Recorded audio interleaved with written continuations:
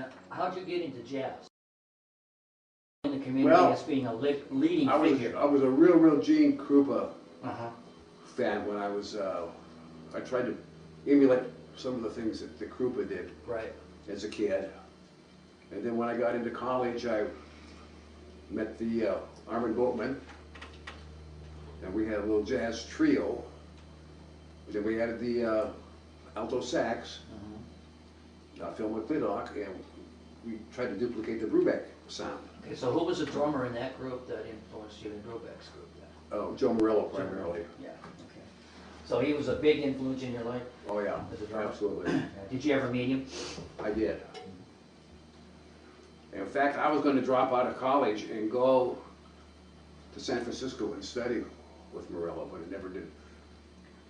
I was married at the time, raising a family, so I had to make a decision whether I wanted to continue with my education, of which I did, become a school teacher, or to go to California and study drums with Joe. And then I got to work with a very well-known piano player at the Rockaway, named was Joe Close. And Joe and I did a duo down there without a bass, just piano and drums. And we played down there for a long time. Now, who's the organ player that you played with down there? That was Gene DeRay. Gene DeRay, okay. And Norm Fredham, they're both gone. Norm played what? Guitar. Wonderful guitarist. Okay. Wonderful guitarist and singer. Stormin' Norman. Stormin' Norman, we used to call him, you know. Well, you played with Armin for a while too, right? A long time, yeah. And how did, you said you did that while you were in college, but how did that come about that you put the trio together and started expanding it? Well, that was in college also. Okay, so you met him in college? I did. Okay. Who else was in the Boatman group? Well, Boatman transferred from the University of Washington to Spokane. Okay. And enrolled in Cheney out there at EWCE back then. And that's how I met Armin, and we started just playing around in the practice rooms, and found out that there was people come in and listen to us. Tater. I just had the opportunity to sit in with him. I never played with him. I just sat in with him out at the concert. Well, you played. Freddie Schreiber was the bass player. Yep. And the drummer was, he's the one that taught me the nanny go. I wrote it out on a napkin. His name was John Ray, and I said, is this anything like you're doing on that last tune? And he looked at it, and he grabbed the pen and the napkin, and he wrote it out for me. John Ray. Yeah, nice man. Very nice man. One hell of a player.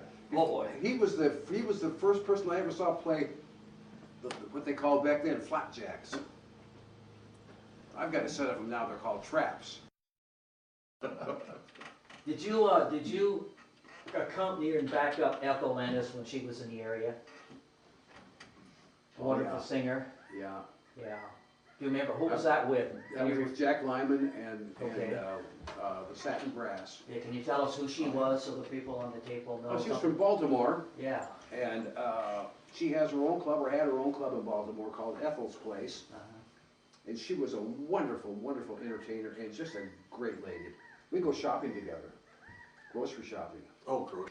And she would have on this fluorescent purple tight pants, and fluorescent orange sweater with a fluorescent pink headband and high heels. And we go arm in arm with the grocery store. I was a little skinny dude. I had a goatee then, and we go to the grocery store, and then she did all the cooking. We had these rooms that had little kitchenettes in them and whatnot. So you knew her fairly well. Oh yeah. Off the bandstand as well as on the bandstand. Oh yeah. Oh, I see. Okay, I didn't know that. She was a character, and So you were touring with her? yeah. No, we were playing at the Olympic Hotel in Seattle. Oh, okay. And then we traded sets with the Kim sisters, I believe, was the other act. And about when was this? There are some of the people, you've done a lot of backing up of entertainers. And even though Fred Hartley said you couldn't read. Well, back Sue Rainey. You must have had incredible instincts because you were great. You've always been a great accompanier. So who Yeah. are some of the other people that you've backed up? The Sue Rainey? Sue Rainey. Okay. See, Ethel Ennis, Sue Rainey.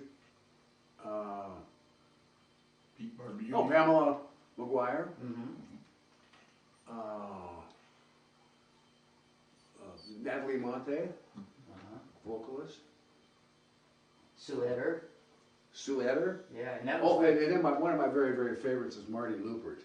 Yeah. Oh, Okay. what a wonderful singer she is. So you were in Bill Reed's group with Carl. Yes. And who were the singers? Marty Looper sang with that group? Yes, she did, and so did Sue Eder. And Sue Eder. Okay. And Both of them. Carl mentioned something about, I think about Barbuti. He's a Oh, yeah, comedian. we did the Barbuti shows, yeah. Yeah. Okay. Pete Barbuti, what a funny man. One time, he'd say, give me a roll.